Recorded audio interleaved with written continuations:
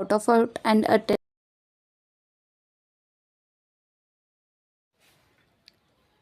Hello everyone, welcome back to my YouTube channel. Today we are discussing how to score out of out in maths in 2026. I will say you 7 points that is helpful for you. So first point is blueprint.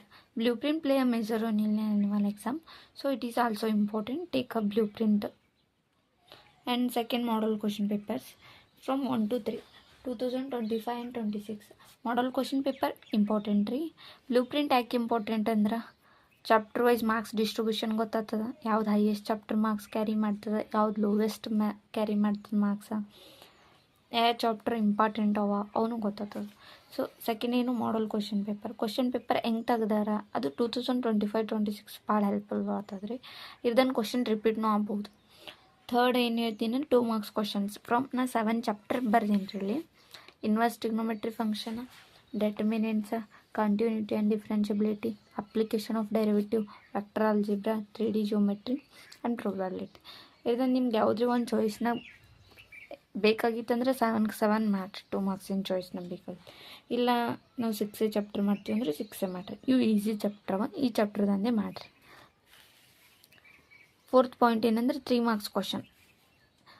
Total question ಏನಿಸ್ತಿರ್ತಾವೆ ರೀ 2 ಮಾರ್ಕ್ಸಿಂದು 9 question ಇರ್ತಾವೆ. ಅದಾಗ ಎಷ್ಟು ಬರೆಯೋದಿರ್ತದೆ 6 ಬರೆಯೋದಿರ್ತದೆ.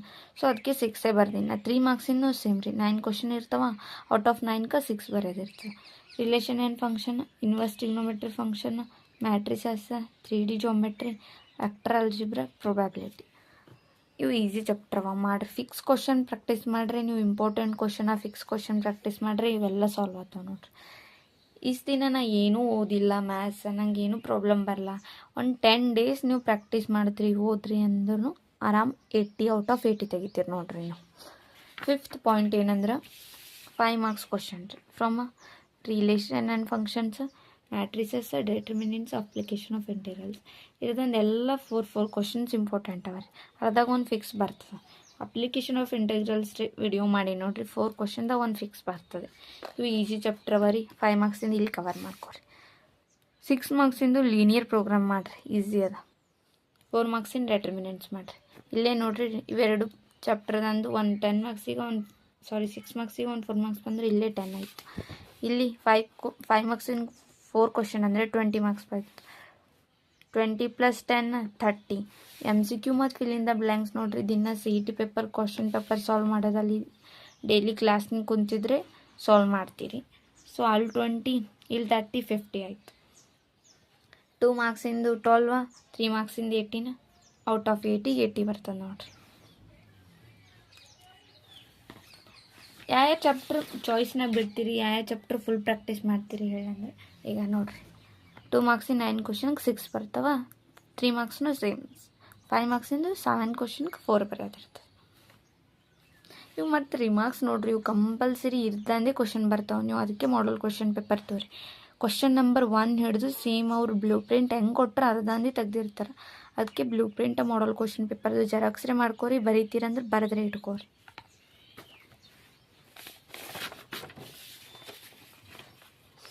Relation and function whole chapter practice ಮಾಡಿರಿ. ಇದನ್ನು 1 ಮಾರ್ಕ್ಸಿನ question, 1 3 ಮಾರ್ಕ್ಸಿನ question, 1 5 ಮಾರ್ಕ್ಸಿನ ಕ್ವಶನ್. ಈ ಚಾಪ್ಟರ್ದಾನು ಏನು ಬಿಡ್ಲಿಕ್ಕೆ ಹೋಗಬೇಡ್ರಿ. ಸೆಕೆಂಡ್ ಚಾಪ್ಟರ್ ಏನು ಹೇಳ್ತೀನಿ ಅಂದ್ರೆ ಇನ್ವರ್ಸ್ ಟ್ರಿಗ್ನೋಮೆಟ್ರಿ ಫಂಕ್ಷನ್. ಇದನ್ನು ಹೋಲ್ ಚಾಪ್ಟರ್ ಪ್ರಾಕ್ಟೀಸ್ ಮಾಡಿರಿ. 1 2 ಮಾರ್ಕ್ಸಿನ ಬರೀಬೇಕು, 1 3 ಮಾರ್ಕ್ಸಿನ, 1 MCQ. ಇವು ಫಸ್ಟಿಂಗ್ 4 ಚಾಪ್ಟರ್ ಈಸಿ ಅವರಿ, ಪ್ರಾಕ್ಟೀಸ್ ಮಾಡಿರಿ. ಕಂಟಿನ್ಯೂಟಿ ಆ್ಯಂಡ್ ಡಿಫ್ರೆನ್ಷಿಯಬಿಲಿಟಿ ಚಾಯ್ಸ್ನ ಬಿಡ್ರಿ. ಅಪ್ಲಿಕೇಶನ್ ಆಫ್ ಡೆರಿವೇಟಿವ್ ಚಾಯ್ಸ್ ಬಿಡ್ರಿ. ಇಂಟಿಗ್ರಲ್ಸ್ ಚಾಯ್ಸ್ ಬಿಡ್ರಿ. ಇದನ್ನು ಬರೀ MCQ ಮತ್ತು ಫಿಲ್ ಇನ್ ದ ಬ್ಲ್ಯಾಂಕ್ಸ್ ಅಷ್ಟೇ ಕವರ್ ಮಾಡ್ಕೊರಿ. ಅಪ್ಲಿಕೇಶನ್ ಆಫ್ ಇಂಟಿಗ್ರಲ್ಸ್ ಏನಾದ್ರೆ ಬರೀ ಒಂದು 6 ಮಾರ್ಕ್ಸ್ ಕ್ವಶನ್ ಅದ. ಸೊ ಇದನ್ನು ಹೋಲ್ ಚಾಪ್ಟರ್ ಪ್ರಾಕ್ಟೀಸ್ ಮಾಡಿರಿ. ಹೋಲ್ ಚಾಪ್ಟ್ರಲ್ಲೂ ಬರೀ 4 ಕ್ವಶನ್ ಅವ. ಡಿಫ್ರೆನ್ಷಿಯಲ್ ಇಕ್ವೇಷನ್ನು ಚಾಯ್ಸ್ನ ಬಿಡ್ರಿ. 10 chapter vector algebra whole chapter practice ಮಾಡಿರಿ. 11 ಚಾಪ್ಟರ್ 3D ಜಿಯೋಮೆಟ್ರಿ ಇದನ್ನು ಹೋಲ್ ಪ್ರಾಕ್ಟೀಸ್ ಮಾಡಿರಿ. 11 ಲೀನಿಯರ್ ಪ್ರೋಗ್ರಾಮಿಂಗ್ ಇಲ್ಲೂ ಬರೀ ಒಂದು ಗ್ರಾಫ್ ಇರ್ತದೆ. 13 ಪ್ರೊಬ್ಯಾಬಿಲಿಟಿ ಇದನ್ನು ಹೋಲ್ ಚಾಪ್ಟರ್ ಪ್ರಾಕ್ಟೀಸ್ ಮಾಡಿರಿ. ಟೋಟಲ್ ಎಷ್ಟು ಚಾಪ್ಟರ್ ಆತಾವಂದ್ರೆ 9 ಚಾಪ್ಟರ್ಸ್ ಆತಾವ್ರಿ. ಹೋಲ್ ಚಾಪ್ಟರ್ ಅವೇ ಪ್ರಾಕ್ಟೀಸ್ ಮಾಡೋದಂದ್ರೆ first relation and functions.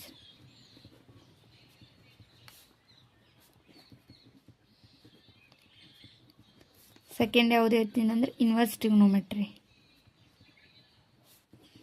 Third matrices.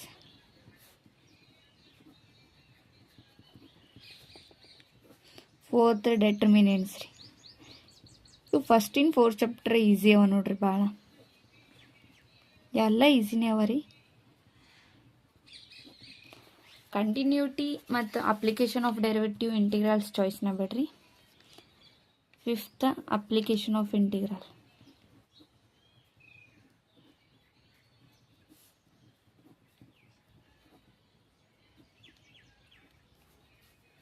Differential equation ಚಾಯ್ಸ್ನ ಬಿಡ್ರಿ. Vector algebra.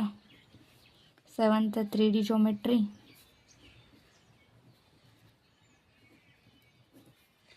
8th linear programming. 9th probability. ಇವು 9 ಚಾಪ್ಟರ್ ಫುಲ್ ಪ್ರಾಕ್ಟೀಸ್ ಮಾಡಿರಿ. ಈ 9 ಚಾಪ್ಟರ್ ಫುಲ್ ಪ್ರಾಕ್ಟೀಸ್ ಮಾಡ್ರೂ ಇಲ್ಲಿ ಎಷ್ಟು ಮಾರ್ಕ್ಸ್ ಬರ್ತಾವೆ ನೋಡ್ರಿ. ರಿಲೇಷನ್ ಆ್ಯಂಡ್ ಫಂಕ್ಷನ್ದಾಗ 9 ಮಾರ್ಕ್ಸ್ ಬರ್ತಾವೆ. ಇನ್ವರ್ಸ್ ಟ್ರಿಗ್ನೋಮೆಟ್ರಿದಾಗ ಎಷ್ಟು ಅದ ರೀ? 6 ಮಾರ್ಕ್ಸ್ ಅವ. Matrices 9 marks. Determinants 12 marks. Application of integral ಇದಾಗ ಒಂದು 5 ಮಾರ್ಕ್ಸ್ ಇನ್ನು ಬರ್ತದೆ ರೀ. ವೆಕ್ಟರ್ ಅಲ್ಜಿಬ್ರಾದ 8 ಮಾರ್ಕ್ಸ್. 3D ಜಾಮೆಟ್ರಿ ಎಷ್ಟದ ರೀ? 6 ಮಾರ್ಕ್ಸ್. ಲೀನಿಯರ್ ಪ್ರೋಗ್ರಾಮಿಂಗ್ದಂದು 3D ಜಾಮೆಟ್ರಿ 6 ಮಾರ್ಕ್ಸ್. ಲೀನಿಯರ್ ಪ್ರೋಗ್ರಾಮಿಂಗ್ನು 6 ಮಾರ್ಕ್ಸ್ ಇದಾರೆ ಸೇಮ್. Probability 8 marks. ಎಷ್ಟಾಯ್ತು ರೀ? 9 + 6 15. 15 + 9 24. 26 36 41. ಟೋಟಲ್ ಇವು 9 ಚಾಪ್ಟರ್ ಪ್ರಾಕ್ಟೀಸ್ ಮಾಡಿರಿ 69 ಆಗ್ತದೆ ನೋಡ್ರಿ. 8 + 6 + 8. ಟೋಟಲ್ ಇವು 9 ಚಾಪ್ಟರ್ ಪ್ರಾಕ್ಟೀಸ್ ಮಾಡಿರಿ 69 ಆಗ್ತದೆ ನೋಡ್ರಿ. ಈಗ ಇಷ್ಟು ಚಾಪ್ಟರ್ ಮಾಡ್ರೂ ಬರೀ 69 ಐತಲ್ಲ, ಔಟ್ ಆಫ್ 80 ಅನ್ಬೇಡ್ರಿ. ಯಾಕಂದ್ರೆ ಇಲ್ಲಿ ನೀವು 4 ಚಾಪ್ಟರ್ ಚಾಯ್ಸ್ನ ಬಿಟ್ಟಿರಲ್ಲ, ಅರ್ಧನ್ 2 ಮಾರ್ಕ್ಸಿಂದು ಮತ್ತು 1 ಮಾರ್ಕ್ಸಿಂದು ಮತ್ತು fill in the blanks cover ಮಾಡ್ಕೊರಿ. MCQ ಇರ್ದಂದೆ 3 ಮಾರ್ಕ್ಸ್, ಇಲ್ಲಿ 3 marks 6 marks, 7 8 marks. Differential equation 9 marks. 69 + 9 ಎಷ್ಟಾಯ್ತು ರೀ? 78 ಆಯ್ತು. ಔಟ್ ಆಫ್ 80 78 ಆಯ್ತು.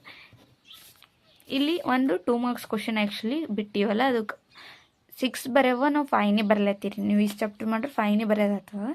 ಅದಕ್ಕೆ ಔಟ್ ಆಫ್ 80 78 ಆಗ್ತದೆ. ಇರ್ದಂದು ಮತ್ತು ಒಂದು 2 ಮಾರ್ಕ್ಸ್ ಇವು 4 ಚಾಪ್ಟರ್ದಂದು ಯಾವುದೇ ಒಂದು 2 ಮಾರ್ಕ್ಸಿಂದು ಕವರ್ ಮಾಡಿದ್ರೆ ಅಂದರೆ ಔಟ್ ಆಫ್ 80 ಬರ್ತಾವೆ ನೋಡ್ರಿ.